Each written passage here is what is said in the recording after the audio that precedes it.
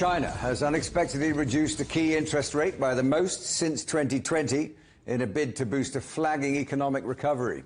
The People's Bank of China has lowered the rate on one-year loans by 15 basis points to 2.5%.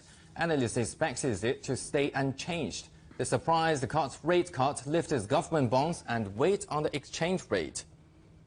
The announcement came just before a slew of disappointing data. Retail sales growth slowed to 2.5% compared to July a year ago, worse than the median forecast of 4%.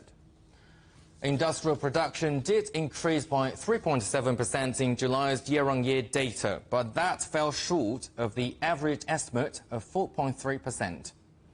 China's property debt crisis is deepening, with investment falling 8.5% in the first 7 months compared to the same period last year. Well, funds raised by the country's property developers were down 11.2%. The National Bureau of Statistics sought to reinsure investors, but saying risks for property developers can be gradually resolved. Some real estate companies are facing certain difficulties, especially leading companies with debt risks being somewhat exposed. However, it's important to recognise these issues are temporary. As the market adjustment come into play, policies are optimised. The risks for real estate companies are expected to be gradually resolved. Well, keeping a keen eye on all the latest economic developments is Xiaolin Chen, head of international at KraneShares. It did come as a bit of a surprise, given this is the second time cut in just 2 weeks' time.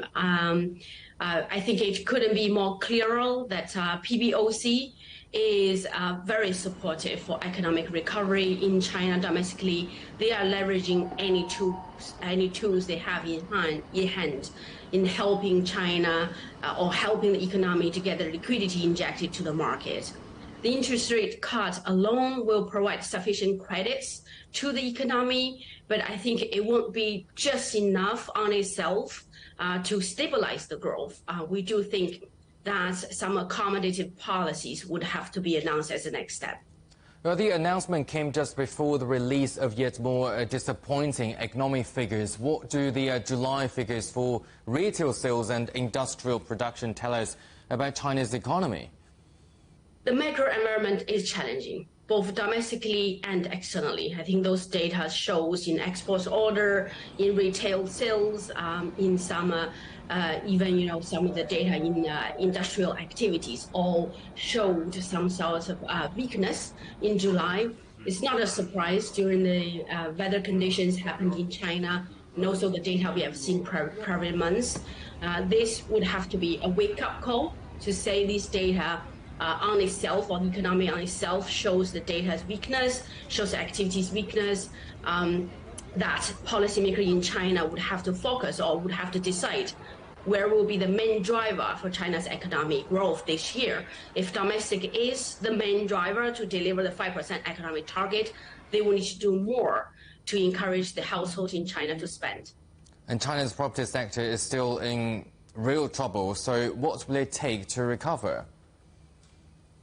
Quite a lot of things, actually, to be honest, the policymaker in China can leverage. For instance, remove some restrictions for if the people is living, let's say, in Tier 1, Tier 2 city, but doesn't have an identity ID in those cities. Remove those restrictions to allow those people to buy a house. They have been helping on the demand side by cutting the mortgage rates for first-time buyer, by cutting the first down payment for the first-time buyer. We have seen some results, not nothing, but just the pickup is not as much as market has expected. Removing those restrictions to allow more people to buy the house as one, but I think property sector will have some way to consolidate.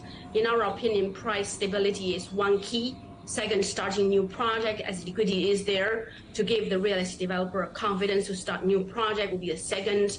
Third is still 65% of Chinese household financial assets is in real estate. We will see that rebalance down slightly, but will stabilizing at current level. And China released guidelines on foreign direct investment on Monday, so how significant are they? vary. This is helping to boost investors' confidence towards investing in China. Most importantly, giving the investors a guidance on where and how the Chinese policymakers are focusing on for areas to attract foreign investments into the country. I think China has always welcomed international investments in the country. We have seen big asset management like JP Morgan earlier this year announced 100% ownership of an onshore asset management firm as first ever, a foreign company owning 100% of onshore asset management firm. I think Tesla is another great example of setting up the factory, now setting up the largest battery factory in China. All these things are showed and lead by the example that China is welcoming the foreign investments to China.